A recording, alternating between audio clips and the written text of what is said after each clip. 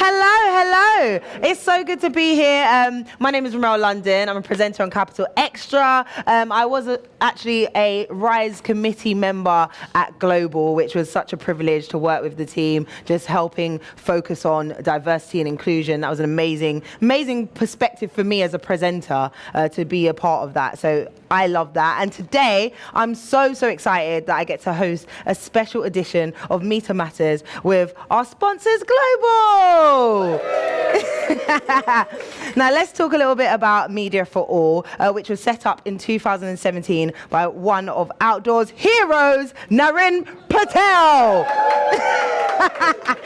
And our aim is to help to recruit and retain people from Black, Asian and other minority ethnic communities to the advertising industry. Alongside these two pillars, we also focus on how we help people of colour to rise within the industry. We want new entrants to media and advertising to look up and see more people that look like them in positions of influence.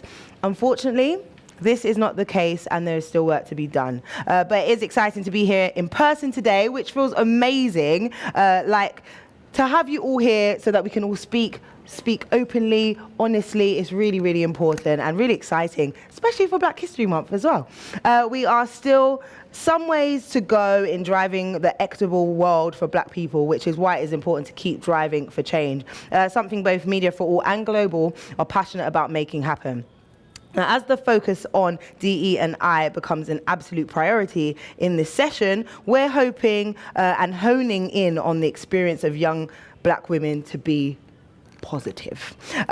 Why might you ask? Because earlier this year, MEFA launched their inaugural annual survey, MEFA Measures. And this is data from the survey which indicated that young Black women are having the most negative experience of working in this industry. So today we have a lineup of strong female leads and an active ally as well. Yes. Who was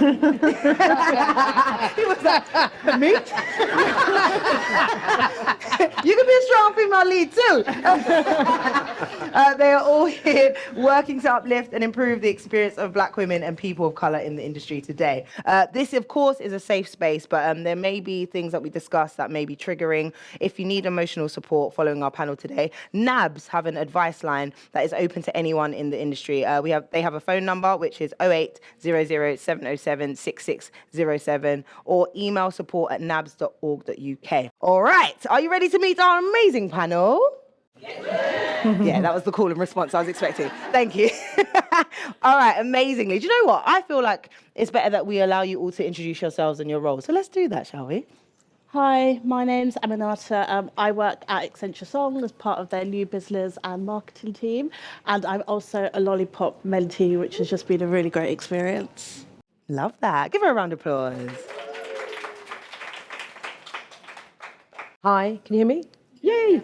So I'm Elizabeth Anyabana. I'm co-founder of 16by9, which is a media agency, which I set up 3 years ago. And been in the industry for a while prior to that. Co-founder of Bloom in Colour, which is part of Bloom. I support Lollipop, which Maria's on. And I am part of MEFA too. So, I do a lot. Yeah, Do a lot good. Thank you. Yeah. So I'm Chris Forrester. I'm a director of commercial outdoor at Global. And I'm here because I'm a close friend of Naren, but I'm also a trained coach, which I do outside of work, and a mentor. So I've worked with a couple of charities and I've coached a couple of people at any sort of given time. So that's why I'm here today. Love that. Thank you. Hi, I'm Maria McDowell. I am the founder of Lollipop Mentoring. Sorry, you just smiled at me really sweetly. Lollipop Mentoring is a mentoring platform for mid-level Black women. I think there's been quite a lot of focus on getting entry-level people into the industry, but what happens in a couple of years' time when you're not being promoted because structural racism? So it's like, actually, let's match Black women with senior mentors who can be from any race, any gender, and they can mentor and sponsor them. So that's what Lollipop's about. Aminata is one of our mentees, so is Anna, and it's been a great ride. I was also head of mentoring for Brixton Finishing School, and my background is that I've been in the industry for sort of 20 years. I've sort of more kind of a operation project management type background, so I know how to get shit done. Oh, love that. Give him more round of applause. Thank you. Told you. Strong women. And Chris. No, I'm joking. No, thank you. No, we love having you all here. Clearly, you're all contributing to the workforce in an amazing way, which is why we have you all here. Right, I'm going to jump straight in with some statistics because according to the Advertising Association's 2021 All-In Census, 22% of black people were experiencing discrimination because of their race. A stark 32% of black people were likely to leave the industry due to lack of inclusion. Furthermore, data from Wave 1 of MEFA measures from April 2022 indicated that young black women are having the most negative experience of working in the UK media, and only 16% of black people see role models in their organisation that looks like them. Guys, that is hard to hear and read, if I'm honest. So let's start with, we'll start with you, Elizabeth, actually. What are some of the challenges young black women are facing in the workplace today? Well, I mean, some of it you just sort of said there really is, I think, a lack of senior sort of role models, you know, people that you can kind of look up to and look to kind of, I suppose, inspire and support and feel like, you know, there is a path. Yeah, I think that's certainly there. There is an emphasis, certainly, on recruitment, you know, so we've dialed up the recruitment. We know we need to be more diverse and, you know, and all that, that's sort of there. But I wouldn't say there's necessarily as much of an emphasis on the inclusion part of it. So people go DEI, they start with a D, and they sort of stop with the I, and E maybe somewhere in the middle, you know, type of thing, right? And so then people kind of come through the door, and the companies tick the box, yeah, my diversity number's kind of gone up, and we're all good. But what doesn't happen, some of the times, or certainly a lot of the times, is the adapting of the culture to kind of ensure that that person is nurtured, is catered for, feels like they belong, you know, all those things. So the culture stays the same potentially, microaggressions, unconscious bias, all that sort of stuff. So you're kind of already, you know, you're already sort of set up to then think this is not the place for me. You know, so, and that's sort of the challenge. There is a push to get through the door, but then you get to the door and then you're looking at people who don't look like you and don't really understand you. Yeah, that makes a lot of sense. Aminata, what are your thoughts on this? Yeah, I think I'd agree with every single point that Elizabeth made. I think there's also some lack of transparency on salary and the promotion, how you can promote yourself and get promoted within the workplace as well. And I think sometimes as black people will hold ourselves back and we can often feel voiceless in the workplace as well, which is something else that holds us back. And like Elizabeth said, we don't have a lot of role models in those senior places. So when you go into a workforce, you go, right, how do I get to that next step? But I don't see myself there necessarily. That makes a lot of sense. That voiceless bit, I definitely felt that, because even me as a broadcaster, you'd think I'd be like, oh yeah, I can say what I want. Like there are moments where you're like, oh actually, am I being too forward? Am I going to be seen in the wrong way of doing that in any kind of workplace? So yeah, that makes a lot of sense. Maria, how can we support young black women so they don't feel voiceless? There is clear, you know, acceleration in the workplace. Sorry, just a bit of a frog in my throat. I just to echo your points, I totally agree with the reasons why, and I think that it's down to sponsorship, which there's mentoring and then there's sponsorship, and sponsorship is around being responsible for somebody, right? So too many times when there are conversations about promotions, there's conversations around here is a stretch project, here is something, you know, we're building this team or we want to do this. It's the same people doing the same, getting the same opportunities, because nobody advocates a lot of time for black women. And we as black women, I'll just talk for myself, I remember when I kind of came into the industry, I was just told, if you just work hard, keep your head down, they'll see how good you are, and then you will, you know, you've got your education, so you'll be okay and you will get promoted.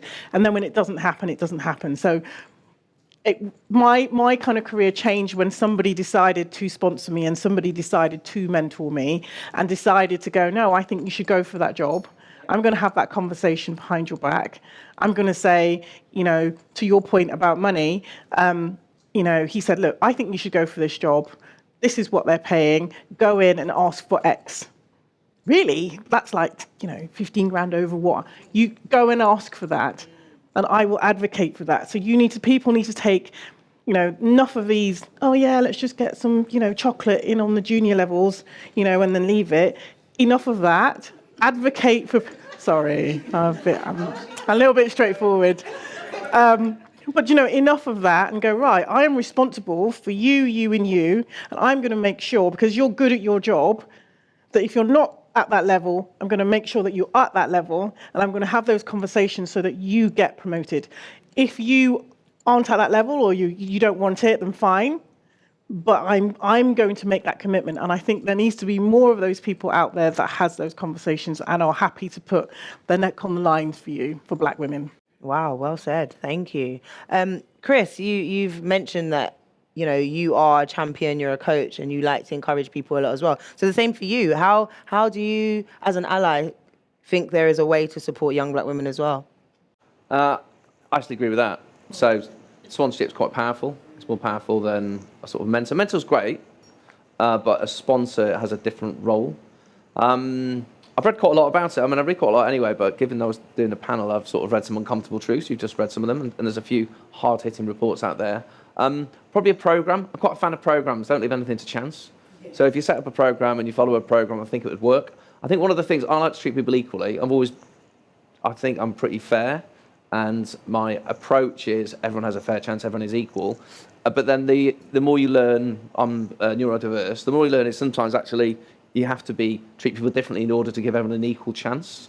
And so I think that's one of the things that businesses are increasingly realising that to give everyone the same chance as they move through their career, you kind of have to recognise them on their way in and say, how do we make sure this particular individual, in my case, is very different, has an equal chance of getting through. And so that would be that's my take, is kind of what's an appropriate programme. Obviously, we're here today to talk about it, and I think sponsorship's a great idea. And sort of you almost have I'd also call it a buddy, probably a slightly different word, but who works with you through your career. I spoke to Nav before, and she made a really interesting point that I think it feels like we've done a great job of hiring, and I think as a business it feels like we're very supportive, but probably she made a point about the RISE committee, that this idea of belonging. You just said the same thing. So I've heard that it's DI and B. And the inclusion bit has been asked, the belonging has been asked to dance, sort of thing, if you sort of take it as an event. And so the belonging bit would be interesting. That how do you make someone feel like they belong from day one? Love that. That's really, really strong. Thank you. So I'm sure we've all heard the phrase, show up as your whole self. Do you feel like you are able to actually do this at work? Is this a real thing? I'm going to start with you, Aminata. Do you feel like you show up as your whole self? I think over time, like the last couple of years, I've felt more comfortable showing up. You said a couple of years. Yeah. I think they meant it on day one. Okay, no. On day one, not so much. I think I found it easier to show up as my whole self with my peers. Yeah. Because they're just like the sounding boards, like a lot of the time they're a similar age group to you. But then when you work, like I've worked in a big organisation, so you're almost like tiptoe, because you're just a bit like, oh, I don't know how people are going to act towards me. Even things like, oh, how would I like wear my hair? And things like that. I have to like second guess just to be like, oh God, if I have my big afro out, is that going to be too distracting to like my day job? But I think where I am now, I've got really great like line managers and directors like within my like immediate team that I feel like I can show up as my whole self too. But when it comes to like the wider business, I do see myself feeling a bit more reserved, and I'll like take my time to like get to understand what that person's like before showing them the real me, which is like that much. That's fair and very honest. Thank you. Maria, you were definitely shaking your head at that part. So what do you think? I think you've got to be wise, because not every environment is open to you turning up as your free self, as your own self. And we've got to be realistic to that, because people are human and they have their biases. And if you turn up with your bonnet and do you know what I mean?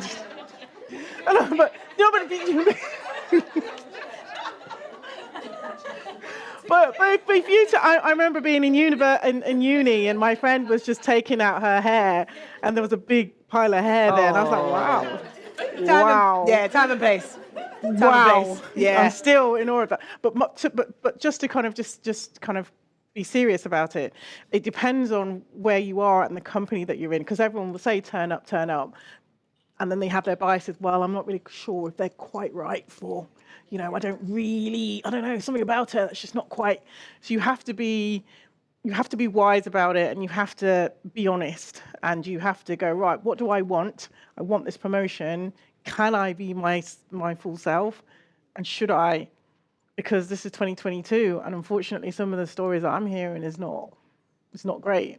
And so there's that, but if you're asking me, I'm over 40, I don't give a shit. She gonna turn up. Do you know what I mean? I don't care anymore. It is what it is. And I definitely think there's like an element of playing that corporate game when you are with the same person that you are maybe with like your friends or even your peers in the workplace shifts a little bit when you're in front of more senior people, especially when you're trying to go, like when Maria was just talking about promotions and that next step. It's just like, okay, let me just be like that really serious person and show them it's still the same side of you, but you're just not showing them everything. And I have to say, I felt like, well, I should be able to, so I will.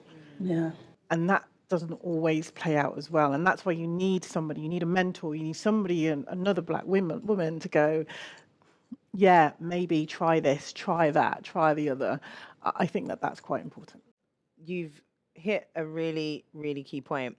Black women are vastly underrepresented in leadership positions. So that can be the problem as well. There is no guidance. There might not always be someone to turn to. And, being able to show up and be your authentic self isn't always something that's easy because it's just not reflected in the workplace. So we'll start with you, Elizabeth. Why do you think this is? And what can we do to change this? How can we get more black women as leaders? So I think there is an element of when you start a job, when you come in, you kind of have to some degree, assess the lay of the land, right? So you don't come in there and just kind of, you're going to do that. It doesn't matter what color you are, or whatever it is, you're not. You're going to have to assess, the lay of the land. You get to know people. You do that anyway. When your kid starts first school, take your time, make your friends. Don't go in there barging around, laying the law, right? But there are certain things I think that's almost like a red line. Your values, right? The things that you stand for. The things that you just kind of need to hold on to. And I think those are the things that you kind of need to try and continue to hold on to those, So showing up as your true self, is not necessarily that you're showing every part of yourself because it doesn't necessarily relate to work. There's certain bits that I just don't need to present that in work. In fact, I don't want to. I want this part to stay out of work because I kind of like that, So it's just that when you do get there, like you said, actually, if you've got, some people who that you could kind of, they get it, so that, and I call it the nod, sort of a black, walk in. And you see, I may not know who the hell you are, but it's we true. know. Yeah. And that gives me a lot of comfort, right? So those sorts of things, right? Or it could be, those sorts of things. And if you haven't got anyone that can give you the nod, it's kind of a little bit harder, right? Yeah. So the more we then sort of get these people to come through the door and then nurture and then end up in senior roles, then there are more people to be able to represent so that you could tap in. When you kind of come in, they won't necessarily address everything, about your work. You'll get somebody else who doesn't look anything like you, but they are useful for that point. Whether it's negotiations, whether it's going to go and get your salary raised or whatever, you don't need a black person to be telling you that, right? But there's certain things that that you just need to be safe and comfortable and talk, and you're not being judged, and you're not being this, and you're not worrying about, all of that. And if you haven't got that in the room, I think that's where, so that's why we're here, to try and get people to kind of move up so that they are representative. Definitely. Chris, how about you? Have you seen that there is a lack of representation of black leaders, and what can we do to change that? It feels like it's changing, but the problem is, the first question, the first piece out of the report is someone like me is going to see it slightly differently because I'm looking at it from a different point of view. So I would probably feel we're further on. I've read the reports. Clearly, there's quite an eye-opener. I did mentoring for quite a few years and some training programs for Media Trust, and I'd say I was surprised to read it because I'll be honest, when I go there, I ask to mentor young men because about 90% of the people there are women, and the men were coming through not being great about what they wanted to do and a little bit unsure about. The women came through, they were like, I've got a YouTube channel, I'm a vlogger, like, wow, and I was genuinely taken aback. Like, if I was this good when I was your age, like, my life would have been sorted years ago. And so that was quite a few years ago, and so I suppose it saddened because these people are coming in full of energy, full of ambition, full of talent, and then something has seemingly, if you read the report, has stopped them. So I would be interested to see, you can't fast forward 10 years, but how it's changed in 10 years' time. Being a pretty senior leader, businesses are looking to try and change. We come on to the point later, actually, about one of the things is management. Management is actually comes out in quite a few of the reports.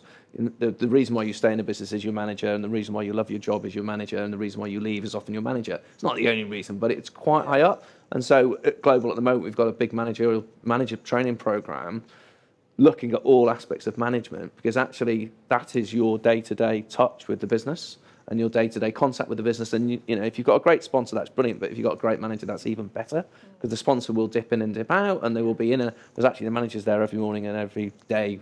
And so I'd say businesses are definitely, the businesses I'm in touch with are definitely trying to improve. But one of the things is having a great manager. Your point is really good, actually. You've got a great manager who's going to back you, who's going to promote you, who's going to tell you how to navigate businesses, because that's the key thing. It doesn't matter if they're black or not, because they've got your best interests. Yeah, and on that, there's a couple of things there. I've always felt that a manager should, to some degree, have a mentor's head on, so you spot things sometimes, because, when you're a mentor, you have a different relationship, right? You both have a contract, you both kind of like agree to certain things that trigger, you already know that up front, how you talk, and it's confidential, safe space, and so on. But you as a mentor, you spot things. You don't wait for that person. So if you see that someone's kind of, I don't know, particularly doing well in this, but they haven't come to you, say, to actually talk to you about that, but you've spotted it, then if you have that mentor's head on, you go, well, how about that? How about sort of like looking at that? They may not have the confidence. It may be that they want to, but they don't have confidence. So have that kind of mentor's head on within that, but then also, and this I say intersectionality a lot, because it's such a big thing. It's not enough to kind of go, yep, we've got, there are layers within it, and the more the training, sort of like filters that in, and the managers have KPIs. So it's not all down to the person being managed, then the more that understanding, I think, will naturally sort of come through. Yeah, that's a good point. Can I add to that? Go for it, yeah. Because I feel like, I think what happens is people go, I hear, we can't find the talent, we can just find junior talent, but we can't find the talent. And I just would challenge businesses that what they need to do is go, right, our SLT is white, and will always be white. Let me find somebody to be on the SLT. Is there somebody in the business who is on the cusp or can be sponsored or mentored into that role? Or can I go and find that person from a different agency who's at that level? And I think people just need to be more open in their thinking of making sure that there is representation across each levels of companies, because I'm not seeing that. And if you go in and you go, wow, there's no one on the SLT, I can't see myself ever getting there. However nice you are and however many black people you put on your comms, I can't really see that. So therefore, why would I stay here? Do you know what I mean? And also to your point about your manager and being a mentor, etc. If your manager doesn't buy into the whole, diversity and equity, they're not going to say it. it's just going to happen in terms of, the people that they work into that manager. And a lot of these managers don't buy into it, I'm sorry. And so there's a bigger conversation that needs to happen. And I think there just needs to be people need to look into their recruitment processes, where they're looking, what they're looking for, how they're writing their job specs to make sure that there's representation at every level. Definitely. That moves very nicely onto the next question, which is for everyone. I feel like anyone can contribute to this. How can white managers or colleagues check in with young black female talent without causing offense, particularly if the person is not in a direct report? So, yeah, I know it's an uncomfortable conversation, but how can we do it? They need to be prepared to be uncomfortable, and it's okay. It's really okay. I don't know about you. I prefer for someone to stumble and make a mistake as they go along, but they show me that they're actually trying, than simply going, oh, I'm not going to do anything because I might be called a racist, or I might be called a this or a that or whatever. That means you're never going to get on to step one. So be prepared to be uncomfortable. And I think it's not combative. It's not like, oh, I'm the manager and I'm a white person, say, for example, and you're there, we're going into battle. No, it's a partnership. And if you start the language like that, I don't know everything. What triggers? What is triggering? Transparency. Come up front with that kind of contract from the word go. Yeah. Let's call it contracts, agreements, whatever, and then be prepared to be uncomfortable, not only with, the sorts of things they sort of say that it's just uncomfortable reading, but questioning some of the things about yourself, because I think we should all be more curious. And I'm actually would say that we are more. We start questioning things. Oh, I said that. Should I really say that? Oh, I'm not sure. Why do I say guys? Come on, guys. Why do I say guys? Oh, I'm so guilty of that. What is that? So I say folks. I stopped saying guys years ago. Yeah, you know what I mean? So all these things and so on, you actually stop for a moment and actually question yourself, right? And things like that. So it's just on and on and on. So that's good. That's good, But, it's okay to be uncomfortable. I've had a few conversations where I've had white male friends. These are friends. It's colleagues, friends who have gone, it's not all right for us anymore. Don't stand a chance. If someone comes along, I'm not. That's it. I'm not going to get a job because I'm not. Not flavour of the month. These are people I know. These are friends. I know what they mean. They don't mean harm. They're actually being honest. Thank God they are. Yeah. They're saying it. And you got that. You're like, let's talk about this. Okay. And then you begin to talk. Exactly. But that's all that's going through the person's head. So we need to kind of, it's not a competitive thing. It's not sort of us and you. There's space for all of us. We just aren't there at the top. There's few of us at the top, so we need more of us there to kind of actually ultimately benefit the company in the end. Yeah. I agree. I would agree. I would just say that you just need to show that there's psychological safety. If you ask somebody that they know that you're open for them to be honest with you, because a lot of the time they'll go, yeah, tell me what you think. What do you think? Well, I think everything's a bit rubbish, actually. Well, I mean, I don't know. I mean, your performance over the last 8 months. Which happens, and so you have to show that you are open and that you're willing to change. So maybe show your hand first, in terms of, look, if you speak to us, this is what we're going to do. But what I will say, because we're talking about white men, I will have to say that some of my biggest sponsors, some of my people who have mentored me and helped me, have been white men. Right, and so I think it's something that we just need to really think about, because there's the whole gender, and there's the women, white men, etc. And I think we should talk about that too, because they really help, and they continue to help with Lollipop today. So, but I think it's just about being open, and there is a mistrust that may or may not be there. So think about how you want to dispel that before you ask the question. And to your point, everything that you said, if be prepared to, don't ask the questions if you don't want to hear the answers.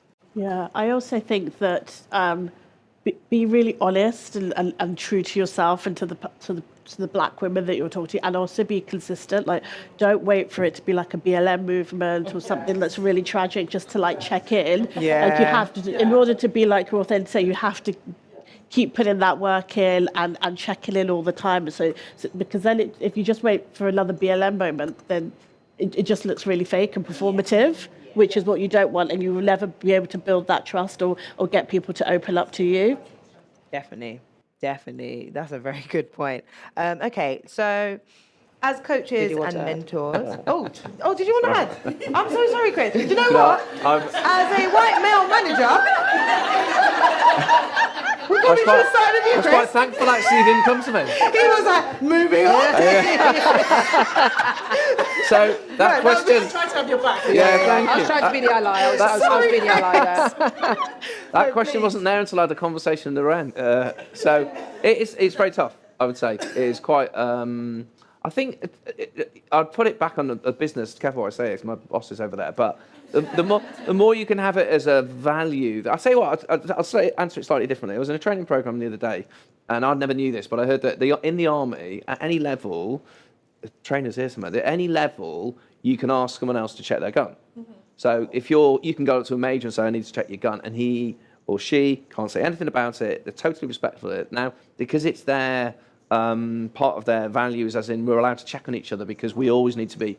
And so when I was reading a particular piece, it was that's really interesting. If the value was we're always allowed to check in on people, especially people who are new to the business, or especially people who come in and feel like there might not be someone ahead of them who looks or has their background. I remember doing in a previous business a D&I event, and there was a young woman said, "Yeah, I'm not sure I'm going to stay. There's no one who looks like me at the top." And it was the first time I'd ever heard anyone say it. I thought,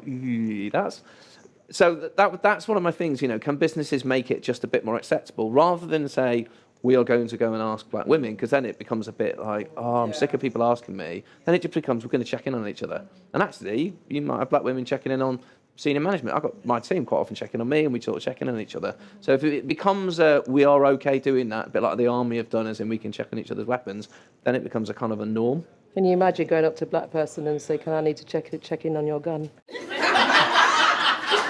I'm joking. I didn't say that. I'm teasing you. I am teasing you. Any more wine? I'm teasing you. Sorry. You need another glass of wine. It was just too good an opportunity not to take. I'm Such sorry. a good analogy, and then Elizabeth's like, I couldn't. I'm sorry. I had to go there. Sorry. It was just flashing in my head. This isn't being recorded, is it? Yeah, it is being recorded, yes. Can you not come to me again? I just covered it, so that's That's right. What's the timestamp? Yeah. Oh my God. Sorry. Listen, we need a bit of humour when we're talking about stuff like this. So yeah, it's fair. All right, let's get back to the program. So as coaches and mentors, this is particularly for Elizabeth and Maria, what are some of the main challenges that young black women come to you with personally, and what is some of the advice that you give? We'll start with you, Maria. Okay. Some of the main ones is that my company's trying to manage me out of the business. I'm not being promoted. I'm the only one. They are gunning for me on this project, and I am stressed out, and I have massive anxiety. I've been signed off sick. I get a lot of that. That's great. My friend literally told me that recently. Yeah. That's crazy that you're saying that back to me, because Yep. that's the truth. Yep. And Wow. I take voice notes on that. I have conversations with people, and we kind of assign them to mentors and people to just talk. Because sometimes it's not that bad. Sometimes it really is that bad, and they need to get out of that company. And this is 2022, where everyone's going, yeah, black people, yeah, black squares, and it's happening. So this is not just everyone's seeing more representation, but they're not seeing the other side of it, which is that a lot of black women are going through a lot of shit. And so I'm a little bit cynical of some of the things, the performative things that I see, because I see some of the black women that come to me, and that's what happens. And sometimes, what I say to them is, look, okay, try and get some perspective. Is that what's really happening? Talk to them, be objective with them, sit with them. What's happening? What did they say? Right, okay, they've told me that I have, 5 days to accept this agreement for them to manage me out, or I don't. And especially with junior women, people think they can get away with all kinds of stuff. Women in general, but black women on top of that, they think because you don't have the allies, you don't have somebody to speak to, that they can handle you any old way.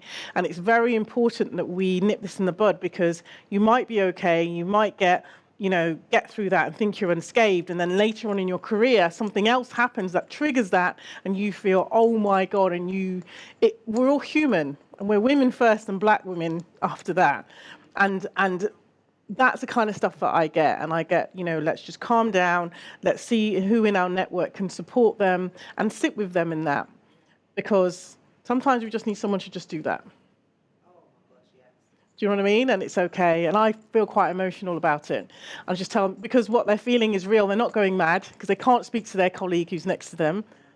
And sometimes their colleague, or who may be black, might, because sometimes it's every man for himself. So you can't go and speak to somebody else. So where do you go? You sign yourself off sick, and then when it's time to go back, you'll then have more anxiety because you're going to go back into the place of demons. What do? You resign, and then you go somewhere else, and then sometimes that thing happens again. And that's for me as well. That's happened to me too. So what I say to them is going, look, you're not alone. You're not going mad. You're okay. This is what you're going to do now, and this is what you should do next time, and we'll sit with you in that, and we'll help you. Wow, thank you so much for sharing that. Thank you. Elizabeth, how about yourself?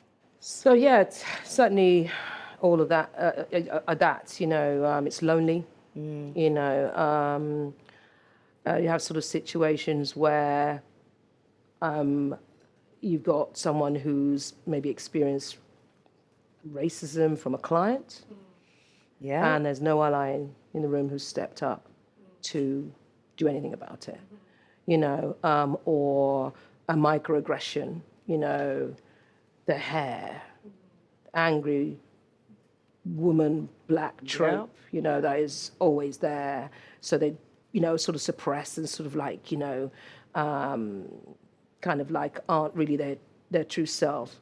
The code switching, the constant code switching, which is you come in, you're not really you because you feel you have to perform a certain way because you can't be you because that isn't deemed as professional. And it still exists, which is the thing that is bonkers, because those are the things where you kind of go through, you experience them, all of that, mispronouncing the surname, the banter, all this sort of business. And it's still sort of there today. The invisibility, not like having a voice, feeling invisible, mispronouncing my name and not actually bothering to correct it, mixing me up with the only other person down the room, which I have seen. I've actually seen. I've been called one from, it doesn't look anything like me, and you're just sort of like, I could challenge that, right? Yeah. But she hasn't, say, for example, and so on. So those things, and they are real. They really are real. They're not just some story, from the scene in Roots, it's real. It's real. It's still there playing out today. And the more people kind of pick up on that and understand that, so when that, most of the time, not all the time, because obviously we're not victims. You don't go thinking, oh my God, there's a black woman, oh, you poor thing. No, just want an equal crack at it. That's it.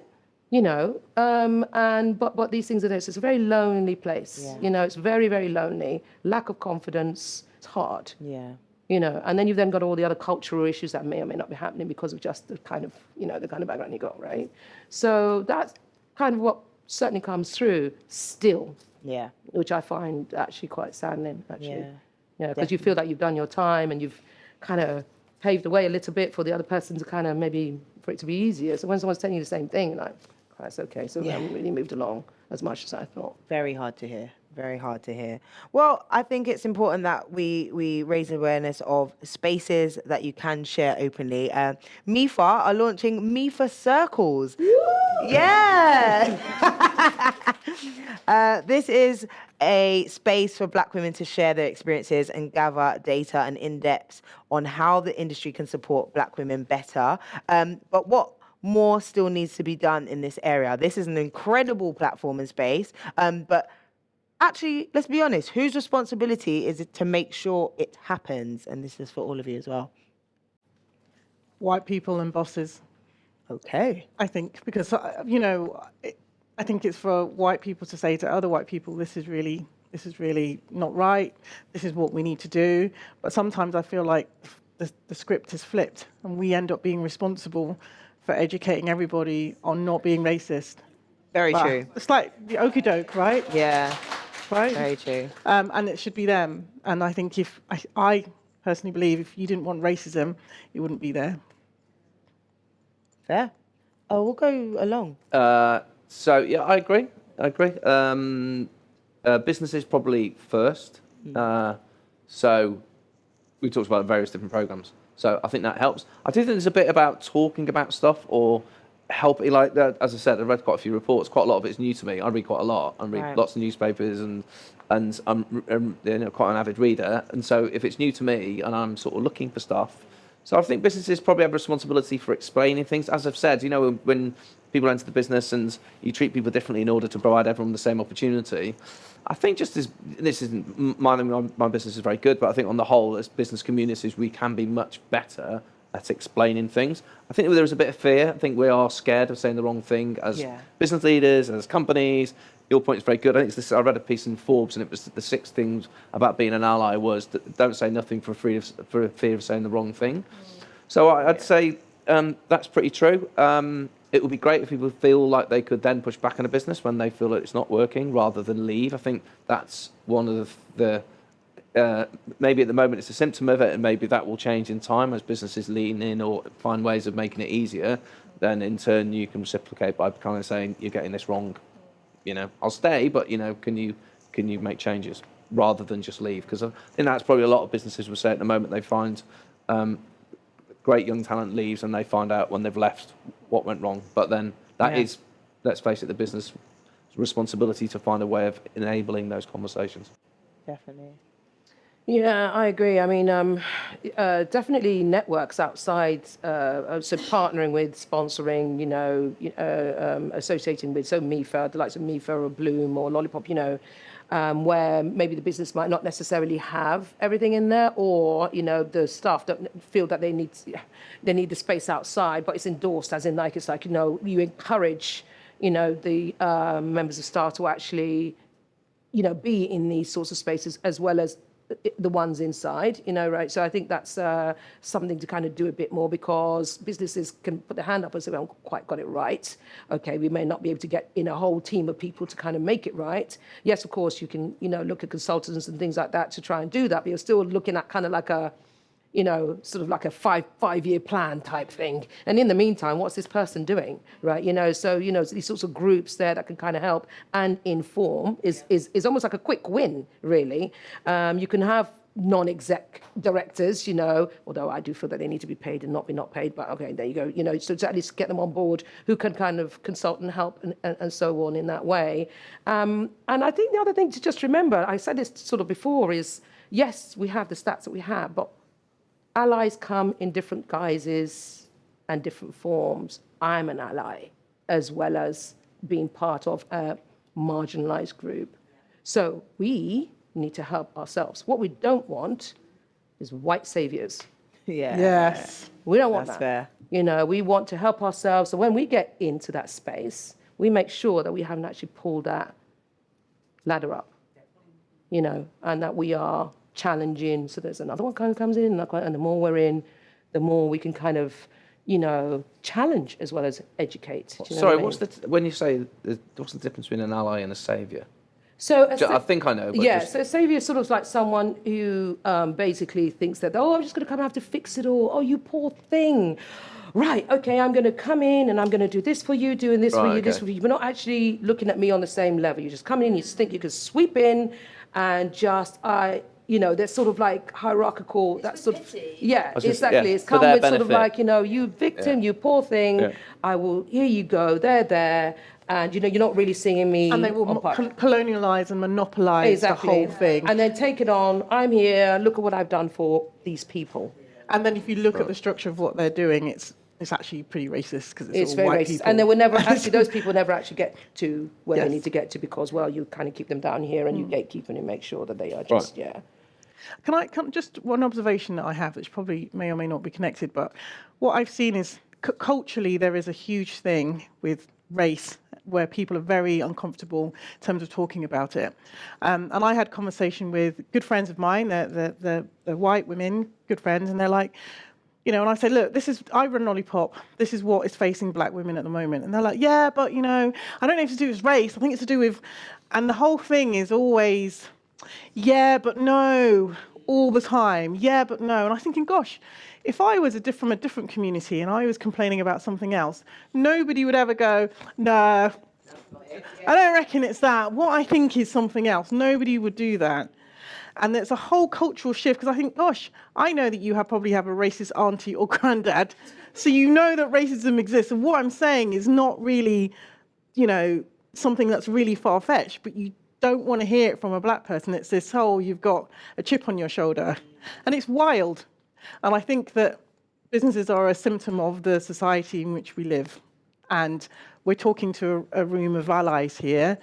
There should be a way wider discussion. Yeah.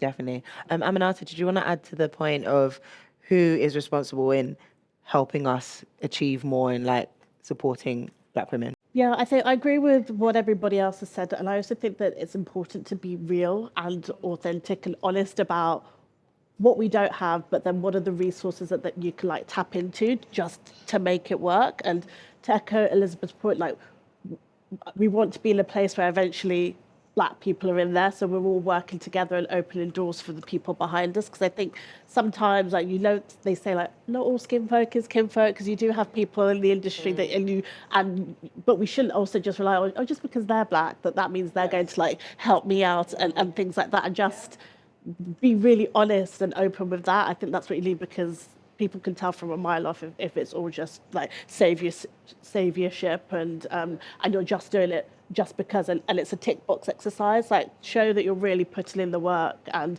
that you really want to make some meaningful change. Lovely. Well said. Well said. We'd like to open up to the floor if anyone has any questions. Oh, she was right in there. And we've only got we're going to squeeze in 10 minutes of questions. So if you can keep it short, that'd be amazing. Yeah. And panel, if maybe one of you could answer, that'd be amazing. Thank you. So just want to start by saying thank you to all of you for kind of doing this for us. It's been brilliant. I think it was quite interesting when the research came out, because if you'd asked me, would there be a significant difference between young black women, young Asian men, young black Asians, whoever, I'd say, no, we're all the same. I was quite shocked. And it's fair to say young Asian women were just slightly behind young black women. Right. What are your tips for businesses, really? Just, because I think businesses treat all minorities like minorities. What can they be doing better, really? Oh, who wants to take You're that? staring at me. I do feel like there is a difference between black women. I'm Lollipop, so I'm sort of black women, and I feel black women are at the bottom of the pile, is what I think, right? That's what all the research says. And I think that companies need to have honest conversations and have psychological safety to get those answers, and also think about salary banding, to your point, right? Because don't just pay somebody 50p because you can get away with it. This is the banding, so we know it's fair. Right? And so that as a junior, mid, and a senior, this is what I'm going to be getting. So being really transparent about their salary banding, being transparent about having open, honest conversations, getting in third parties like Lollipop, Bloom in Colour, etc., MEFA, to then, do you know what I mean, to poll and speak to those people of colour within their organisations is something that they can do, right? Because then they know, as employees, it's safe and it's okay for them to talk and have actions. And then if you're not having actions, say, look, we're a bit shit now, but this is our aim and this is what we're doing to meet those aims. We want somebody on the SLT in place by 2023. This is what we're doing. And people are human and people will react to that, in my opinion. Fair. Amazing. Thank you for that. Thank you for the question. One more. Just a quick question. I'm going to be a little bit mean. Sorry. This is going to be for Chris. Sorry to put you on the spot, but as an ally with your current business, what is your view in how black women are represented and seen currently? Within Global? So I've thought about this quite a lot over the last week, and so one thing, the question, as I said, the question we asked before about how do you approach having a conversation as a middle-aged white man, I wish to be middle-aged, I guess now, it's very difficult, and I've never, although I find it easier to go and mentor formal program outside of work. I've mentored black women, black men, Asian women, young white men, and that's much easier because it's a program. And I've walked into the program, we meet, see each other X many times, and so I don't know firsthand. I had a chat with Nav on the way in, and even that was kind of like, oh, how do I bring it up? Because it's quite you're having a specific conversation with me because the colour of my skin, and actually just read a report on it. So going back to your point about, don't make it around Black Lives Matter, it was quite hard for me. Once you saw us on the panel, it's like, oh, here we go. He's interested in having a conversation now. So my interpretation, the first thing in the MEFA report is that I'm going to see it incorrectly. And I'll think everything's okay because I'm a middle-aged white man in senior positions, done well in his career. I'm looking down thinking, haven't we done a great job at recruiting? And so that would be my view. And then actually I now know better that we did a really good recruiting. We're probably not brilliant at keeping people engaged. I think the RISE committee, from what I gather, is good, but we probably need to do a little bit more. But I think my sense is the company knows about it. It was Mike's initiative and Tanya's initiative to do the training program for managers. And a lot of that, like there's a bit on it about bias. So we defined all the areas of bias. We talked around what they might be, where they find themselves in the workplace. Talked around the 6 C's of leadership, and some of them are about collaboration, communication. So I think as a business, we've recognised that there's more that we can do. I'd say we are. I don't know how many steps there are and how many steps we are in, but my sense is we're getting better. I do think this idea of a program sponsor works. So you have a sponsor in the business, they will work with you. You have someone you feel like you can talk to who's kind of your ally. I think it'll probably help. Also, maybe we talk a little bit more. I don't think there's any harm for us at some point to talk around the survey the MEFA have done and say, did you know that the people who find they are sort of least supported in the business, least opportunities to have a career, are young black women? Because we probably haven't done it, but I bet you most businesses haven't done it because they're probably quite afraid of how they even phrase it. How do I approach it? What happens if I approach it and got it wrong? Or less so about global, but oh my God, what happens if we do approach it? Like, what are we going to do next, and how are we going to manage it? So that's my answer. It might be a politician's answer, so apologies if I haven't been fully honest. But I guess the honest answer is I probably don't know enough. And I now know a little bit more. But the in-between phase of me specifically reading about the research and being on this panel tonight probably didn't feel at the right time to sort of go in and go, hey, can we have a chat? Or ask someone when I was making a coffee in the morning. The thing to add to you, Chris, is how you appear externally to draw people in. And then a lot of companies do stuff internally, but people kind of coming in having a clue how they stand for, and I think that may be deliberate. So I'm not saying that Channel 4 is perfect, it's not, but they came out with the back to black thing overtly. That's making a statement. Now, what they're doing with it and whatever, is next, whatever, but if you're on the outside looking in, do you know how global, or any company, it's not just global, appears externally to draw? Do you know what I mean? So you're doing all these programs internally and this and that, and so, but if you make a statement, and there are brands that do that, make a statement, then you will naturally I think brands get it a lot. They got it wrong a lot, though, don't they? The amount of brands that have made statements at the wrong time. So it's not just about statement. It's just about just how do you present yourself? Yeah. Okay, fair enough. External stuff that you're doing, stuff that's outward, and that's not. I get frustrated that I see a lot of companies, and I'm thinking I don't really know. You're keeping it safe by doing stuff internally because you're. Yeah. Your values could be anyone's values. Exactly. Well, we will leave it on that point. Oh, sorry. It's fine. Oh, okay. A yes or no question. Thank you. And this is brutal. I realise there isn't no. really much time for We'll have this. another brutal one. And I'm just going to say it. Is it time that we start publicly naming and shaming companies, heads of companies, businesses? I am personally tired of seeing statistics. How about if you have a track record, is it time that those businesses are just named and shamed? Okay, we've got a certain yes.